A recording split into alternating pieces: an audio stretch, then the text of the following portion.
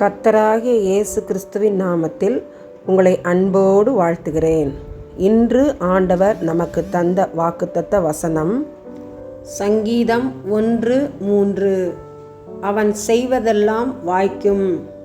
Psalm 1:3.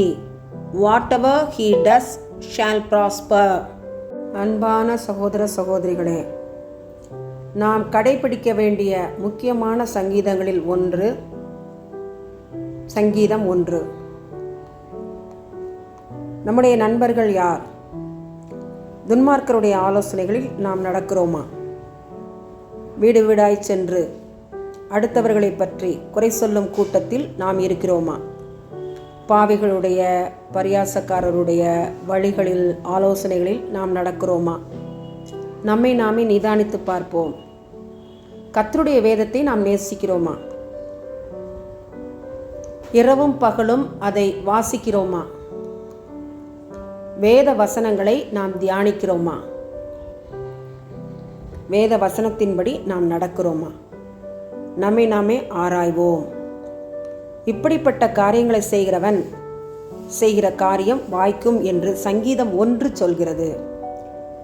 நீங்களும் நானும் கர்த்தருடைய வேதத்தின் வெளிச்சத்தில் நடப்போமாக. கர்த்தருடைய வேதத்தை நாம் நேசிக்க வேண்டும். இரவும் பகலும் வாசிக்க வேண்டும். நம்மை போல் நம் பிள்ளைகளையும் வேத வசனத்தில் வளர்க்க வேண்டும். வாசிக்க வைக்க வேண்டும்.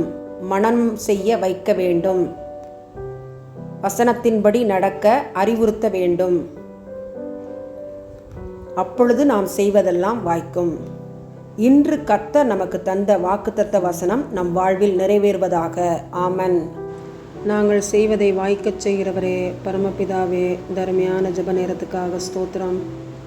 பிச்சை எடுத்து தங்களுடைய வாழ்நாட்களை கழித்து கொண்டிருக்கிற அருமையான ஏழை மக்களுக்காக ஜெபிக்கிறோம். அவருடைய வாழ்க்கை தரம் உயர ஜெபிக்கிறோம். உழைத்து சம்பாதிக்க வேண்டும் என்ற எண்ணத்தை நீர் அவர்களுக்கு கொடுக்க வேண்டுமா? என்னுடைய சமூகத்திலே அவர்களை தாழ்த்தி தருகிறோம். ஆண்டவரே, ஒருவேளை பிச்சை எடுப்பது போல பிள்ளைகளை கடத்தி சென்று விடாதபடி சிறு பிள்ளைகளை பாதுகாக்க வேண்டுமாய் நாங்கள் ஜெபிக்கிறோம். யாரோ பெற்ற குழந்தையை தங்கள் குழந்தையாக எடுத்து சென்று பிச்சை எடுத்து வாழ்கிற பெண்களுக்காக ஜெபிக்கிறோம். இந்நிலைமை மாற கிருபை செய்யுங்க. மக்களுடைய வாழ்க்கை தரம் உயர தேவனாய கர்த்தர் நீர் இரக்கம் காட்ட வேண்டுமாய் நம்முடைய சமூகத்திலே அவர்களை ஒப்பு கொடுத்து ஜெபிக்கிறோம். நீரே பொறுப்பேற்றுக்கொள்ளும். ஆண்டவரே, பிச்சைக்காரர்களுடைய கைகளின் பிரயாசங்களை ஆசீர்வதியும். உயர்வான எண்ணங்களை தாரும். வாழ்க்கையில் அவற்றை அவர்கள் செயல்படுத்தட்டும். நீர் பொறுப்பேற்றுக்கொள்ளும். எங்கள் ஜெபத்தை நீர் கேட்டதற்காக நன்றி. இயேசுவின் மூலம் ஜெபிக்கிறோம் நல்ல பிதாவே. ஆமன், ஆமன்.